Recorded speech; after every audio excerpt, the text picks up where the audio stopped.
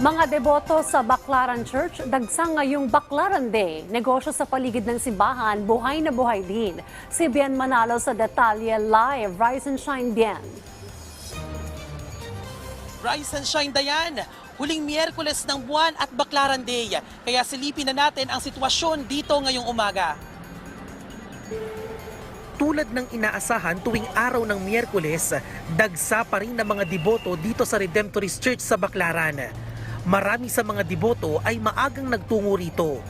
Isa na riyan si Junior Jeruela na mahigit 4 na dekada ng deboto. Dalangin at pasasalamat ang kanyang handog para kay Berheng Maria. Pasalamat nga mayroong dumating sa buhay nga biyaya sa katong Panginoon. Panalangin sa Panginoon nga lahat nga sa ating panahon maayos o kalusugan.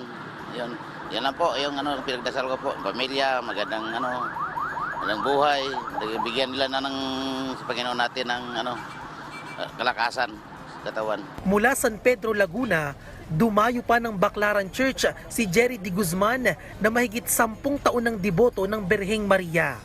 Naging panata na kasi ni Jerry ang magsimba sa Baclaran tuwing Miyerkules. Maraming nagsasabi na ang mahal na Berhen, ang laking tulong. Lahat ng hinihingi mo, binibigay din sa kanya. Binibigay niya sa mga taong humingi sa kanya. Kaya naniniwala rin ako na baka may hihilingin ako sa kanya, ibibigay rin sa akin. Yung magulang ko noon, nung bata pa kami, sila talagang laging tumatawag sa Diyos at saka Berheng Maria. Hanggang sa lumaki kami, naging panata na rin namin na maging makakatulong si Berheng Maria sa mga taong nangangailangan sa kanya. Magandang buhay, magandang pangatawan, kalusugan ng bawat isa, at saka yung peace of mind, yun ang pinaka-importante sa lahat. Buhay na buhay naman ang mga nagtitinda sa paligid ng simbahan. Okay lang. Minsan walang kita, minsan meron. Kasi nagmamahal lang sa pagitan namin eh.